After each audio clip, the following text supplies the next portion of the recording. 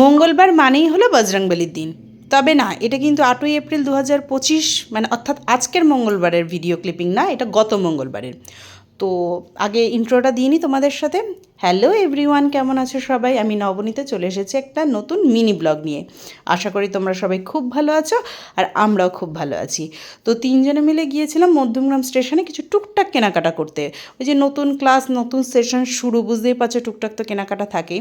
আর এইটা হচ্ছে আমাদের স্টেশনে চৈত্র সেল কিন্তু প্রায় শুরু হয়ে গেছে। তবে চৈত্র সেল বলে না, আমাদের স্টেশন মধ্যমগ্রাম স্টেশন অল টাইমই এরকম জমজমাট ভিড়ভাট্টা রয়েছে। তো চলে এসেছে হচ্ছে মধ্যমগ্রাম গার্লসের অপোজিটে, মানে আমাদের স্কুলের অপোজিটে দোকানটা। এই চিনির স্কুলের নতুন এই পেন্সিল বক্স, পেন্সিল, মার্কার যা যা লাগে কিনতে।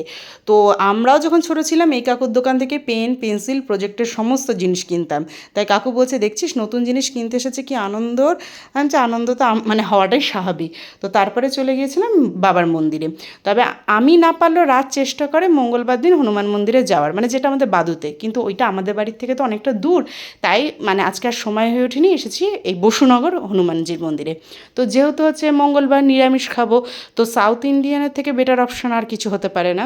আর এই যে সাউথ ইন্ডিয়ান দোকানটা না, এটা আজকের না, মানে আমরা যখন ছোট ছিলাম, মানে 9-10 কি তারও ছোট, এইখানে পকেট মানি বাঁচিয়ে আমরা আসতাম, মানে টিফিন খেতে, মানে স্কুল কি কোচিং ফেরার পথে। তো এই অর্ডার দিয়েছিলাম হচ্ছে দই বড়া, আর তার সাথে ছিল হচ্ছে ধোসা।